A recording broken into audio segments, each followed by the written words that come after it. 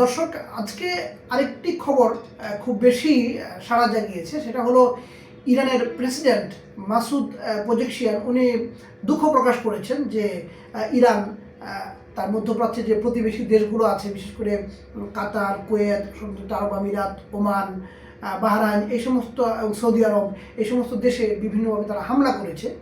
তো দর্শক, এই যে তারা হামলাগুলো করলো, এই হামলাগুলোর একটা উদ্দেশ্যই ছিল যে ওই দেশগুলোতে যেই ঘাঁটিগুলো রয়েছে আমেরিকার, সেই ঘাঁটিগুলোকে লক্ষ্য করে এই হামলাটা তারা করেছিল। সুতরাং এই যে হামলার প্রেক্ষাপটে যে দুঃখ প্রকাশের যে কালচার, এটা অন্ততপক্ষে একটি ব্যতিক্রমী নজির হয়ে থাকবে যে অন্ততপক্ষে একজন শাসক উনি দুঃখ প্রকাশ করেছেন।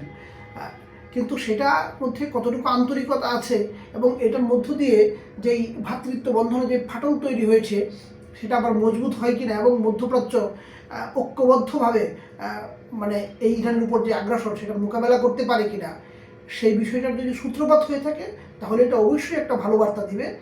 আর যদি দেখা যায় যে না, মধ্যপ্রাচ্যের দেশগুলো তাদের যে ভ্রাতৃপ্রতিম যে সংঘাত সেটা অব্যাহত রেখেছে এবং পাল্টা আক্রমণ চলেছে, এবং যেখানে ইরান বলেছে যে আমাদের উপরে যদি আমাদের প্রতিবেশী দেশগুলো ভ্রাতৃপ্রতিম দেশগুলো পাল্টা আক্রমণ না করে তাহলে আমরাও আর আক্রমণ করব না, এই কথার মধ্যে ইরান শেষ পর্যন্ত থাকে কিনা সেটা আমাদেরকে দেখতে হবে।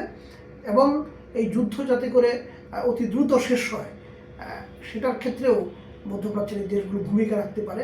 বিশেষ করে তারা যেন এরকম একটা স্ট্যান্ডে অবতীর্ণ হয় যেখানে অন্ততপক্ষে তাদের দেশে অন্য কোনো দেশের ঘাঁটি হিসাবে তাদের দেশগুলো ব্যবহৃত না হয়। এই বিষয়ে যদি তারা সতর্ক থাকেন এবং এ বিষয়ে যদি তারা প্রতিশ্রুতিবদ্ধ হন তাহলে আমরা অবশ্যই হয়তো খুব স্বল্প সময়ের মধ্যেই আবার একটি ঐক্যবদ্ধ মুসলিম বিশ্ব দেখতে পাবো।